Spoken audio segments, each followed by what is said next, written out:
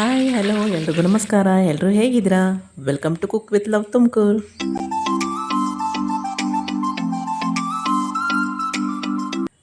ಇವತ್ತು ನಾನು ಸೋಯಾ ಪಕೋಡ ಹೇಗೆ ಮಾಡೋದು ಅಂತ ತಿಳಿಸ್ಕೊಡ್ತಾ ಇದ್ದೀನಿ. ಮಕ್ಕಳಿಗೆ ಆಲ್ರೆಡಿ ರಜಾ ಬಂದಿದೆ. ಇಷ್ಟು ದಿನ ಎಕ್ಸಾಮ್ ಇರೋದ್ರಿಂದ ನಾನು ಕೂಡ ವೀಡಿಯೋ ಮಾಡೋಕ್ಕಾಗಲಿಲ್ಲ. ಸೊ ಇವತ್ತಿಂದ ಕಂಟಿನ್ಯೂ ಮಾಡ್ತಾ ಇದ್ದೀನಿ. ಇವತ್ತು ಮಕ್ಕಳಿಗೋಸ್ಕರ ಸೋಯಾ ಪಕೋಡ ಹೇಗೆ ಮಾಡೋದು ಅಂತ ತೋರಿಸ್ತಾ ಇದ್ದೀನಿ. ನಾನಿಲ್ಲಿ 2ರಿಂದ 3 ಬಟ್ಲು ಆಗುವಷ್ಟು ಸೋಯಾನ ತೊಗೊಂಡಿದ್ದೀನಿ.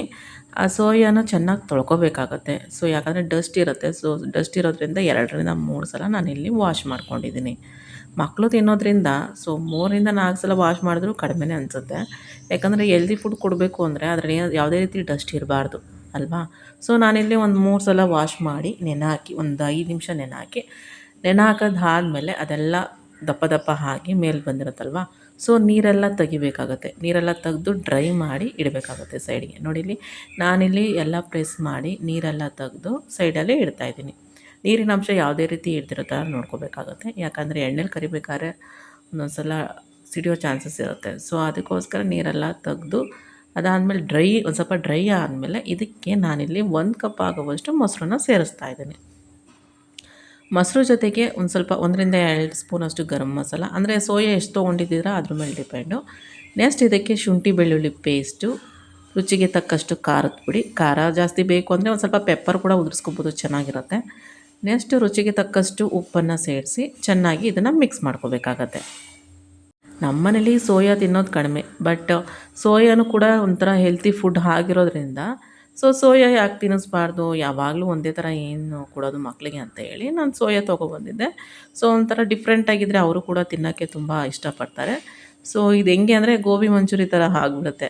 ಸೊ ಗೋಬಿ ಮಂಚೂರಿ ಹೇಗೆ ಇಷ್ಟಪಟ್ಟು ತಿಂತಾರೋ ಅದೇ ಥರ ನನ್ನ ಮನೇಲಿ ಇದನ್ನು ಇಷ್ಟಪಟ್ಟು ತಿಂತಾಯಿದ್ದಾರೆ. ಸೊ ನೆಕ್ಸ್ಟ್ ಇದನ್ನು ಚೆನ್ನಾಗಿ ಮಿಕ್ಸ್ ಮಾಡಾಗಾದಮೇಲೆ ನಾನಿಲ್ಲಿ ಒಂದು 2ರಿಂದ 3 ಸ್ಪೂನ್ ಆಗುವಷ್ಟು ಕಾರ್ನ್ಫ್ಲೋರ್ನ ಆ್ಯಡ್ ಮಾಡಿದ್ದೀನಿ. ಅಂದರೆ ಜೋಳದ ಹಿಟ್ಟನ್ನು ಆ್ಯಡ್ ಮಾಡಿದ್ದೀನಿ. ಬೇಕು ಅಂದರೆ ಜೋಳದ ಹಿಟ್ಟು ಇಲ್ಲ ಅನ್ನೋರು ಅಕ್ಕಿ ಹಸಿಟ್ಟು ಕೂಡ ಸೇರಿಸ್ಕೋಬೋದು. ಸೇರಿಸಿ ಚೆನ್ನಾಗಿ ಮಿಕ್ಸ್ ಮಾಡಿ ಒಂದು 5 ನಿಮಿಷ ಸೈಡಲ್ಲಿ ಎತ್ತಿಕ್ಬಿಡಬೇಕು. ಯಾಕಂದರೆ ಉಪ್ಪು ಖಾರ ಎಲ್ಲ ಅದಕ್ಕೆ ಹೊಂದ್ಕೋಬೇಕಂದ್ರೆ ಒಂದು 5 ನಿಮಿಷ ಸೈಡಲ್ಲಿ ಇಡಬೇಕು. ನೋಡಿ ಇಲ್ಲಿ ನಾನಿಲ್ಲಿ 5 ನಿಮಿಷ ಎತ್ತಿ ಸೈಡಲ್ಲಿ ಇಟ್ಟಿದ್ದೆ. ಸೊ ಎಲ್ಲ ಹೊಂದ್ಕೊಂಡಿದ್ದೆ. ಇವಾಗ ನಾನು ಎಣ್ಣೆ ಕಾದಿದೆ, ಎಣ್ಣೆಯಲ್ಲಿ ತೇಲಿ ಬಿಡಬೇಕಾಗುತ್ತೆ. ಈಗ ನಾನಿಲ್ಲಿ ಎಣ್ಣೆಯಲ್ಲಿ ತೇಲಿ ಬಿಡ್ತಾಯಿದ್ದೀನಿ. ನೋಡಿ ಸೇಮ್ ಒಂಥರ ಗೋಬಿ ಮಂಚೂರಿ ಥರನೇ ಇದೆ. ನನ್ನ ಮಗಳೆಲ್ಲ ಅಮ್ಮ ಏನಮ್ಮ ಗೋಬಿ ಮಂಚೂರಿ ಮಾಡಿಬಿಟ್ಟಿದ್ಯಾ ಅಂತ. ಅಯ್ಯೋ ಗೋಬಿ ಮಂಚೂರಿ ಅಲ್ಲ ಚಿನ್ನಿ, ಸೋಯಾ ಪಕೋಡ ಇದು ಅಂತ. ಹೌದಾ, ಚೆನ್ನಾಗಿದೆ ಅಂತ ಹೇಳಿ ತಿಂದರು. ಇದಕ್ಕೆ ಸ್ವಲ್ಪ ಸಾಸ್ ಜೊತೆ ತಿಂದರೆ ತುಂಬ ಚೆನ್ನಾಗಿರುತ್ತೆ. ಸೊ ನೀವು ಕೂಡ ಯಾರೆಲ್ಲ ಸೋಯಾ ಇಷ್ಟಪಡ್ತೀರಾ ಅಥವಾ ಡಿಫ್ರೆಂಟಾಗಿ ಬೇರೆ ಥರನೂ ಮಾಡ್ಬೋದು ಅನ್ನೋರು ಕಮೆಂಟ್ ಮಾಡಿ ತಿಳಿಸಿ ನನಗೆ ಯಾವ ಥರ ಮಾಡ್ಬೋದು ಅಂತ.